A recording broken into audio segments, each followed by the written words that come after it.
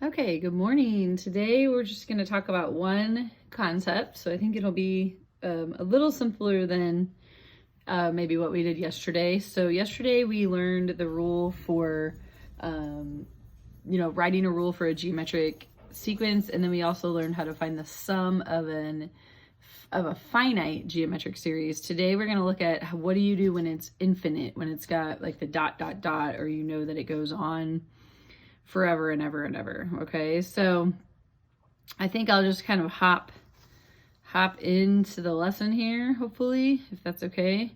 And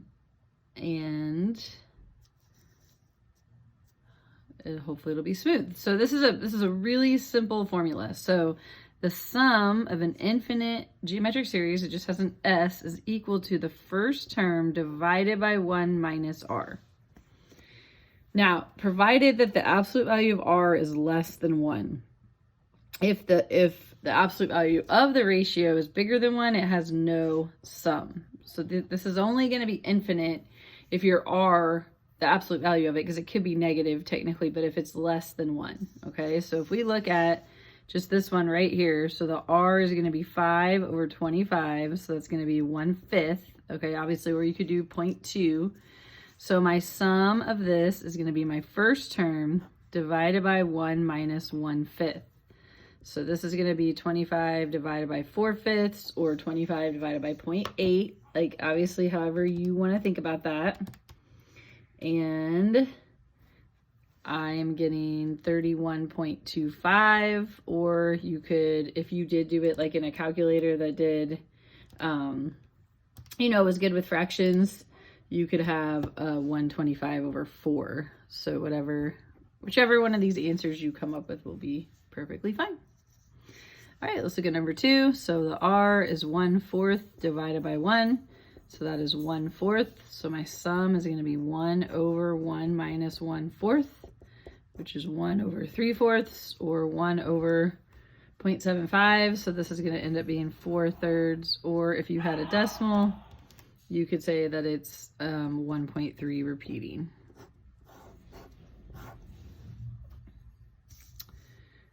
All right, this one, the r is negative 1/3 divided by 1. So just be careful when you go to plug this in. So my sum is going to be 1 over 1 minus negative 1/3. You got to put the minus the negative. So it's going to end up being 1 over 4/3. And that's just going to be 3/4 or 0.75, depending on how you're working that out in your calculator. Okay, number 4, the r is 20 divided by negative 40. So that gives me negative 1/2. So again, my sum is equal to negative 40 divided by 1 minus negative 1/2. So it's going to be negative 40 divided by 3/2 when you add 1 plus 1/2. Oops, sorry. So negative 40 divided by 3/2 should give you, I have negative 80/3. Okay, now again, if you want to divide that out, or if you divided it out to begin with and got a decimal, you should be getting negative 26.6 repeating, one of those two.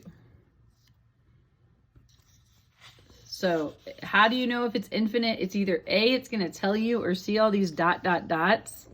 That's going to tell you it's infinite. Okay, if you're trying to, if you're working on a quiz or a worksheet.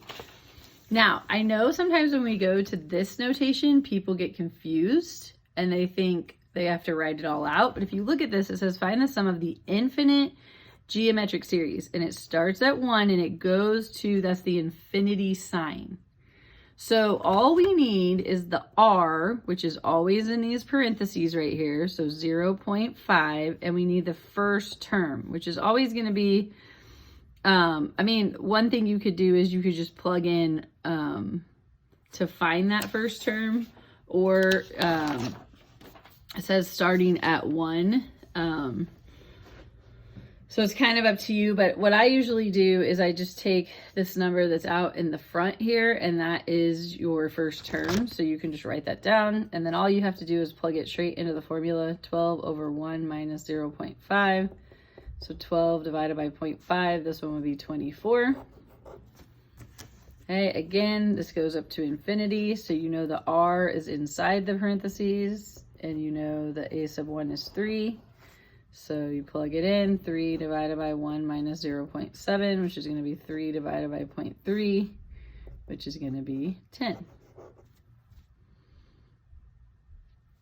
Hey, another thing they like to do with these, but this is actually pretty simple, I think. An infinite geometric series, they give you a sub 1 and s. What is the common ratio?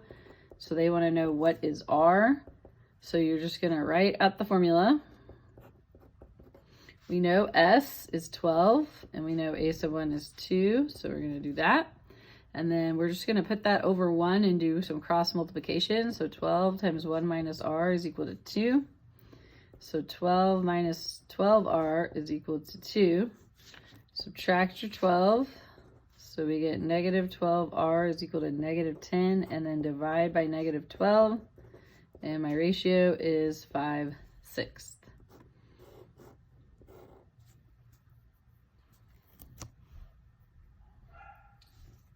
Okay, just as a quick review, and we would probably go into more detail if I was in class, but if you have a repeating decimal and it has 2 digits repeating, like this one's 1 2 1 2 1 2 1 2, you just take that number and you can place that over 99 and reduce that. And so 3 goes into both of these, so you're going to end up with 4/33. Okay, now this one's a little different because it has the whole number out in front, so I'm going to write the whole number and then put the repeating part over 99. And I don't think anything goes into both of those because 37 is prime, so that's it. Okay, if you had 1 digit repeating, like a 4, then you're just going to take that 1 digit repeating and put it over 9. All right, if you had 3 digits repeating, then you would just take, you know, if you had like 1 2 3 1 2 3 1 2 3, you're going to take that and you're going to put it over 999, and then you would reduce those. 3 actually goes into 123. So you would get 41/333. Okay, so just a quick reminder on how to quickly do those. Let me know if you have any questions.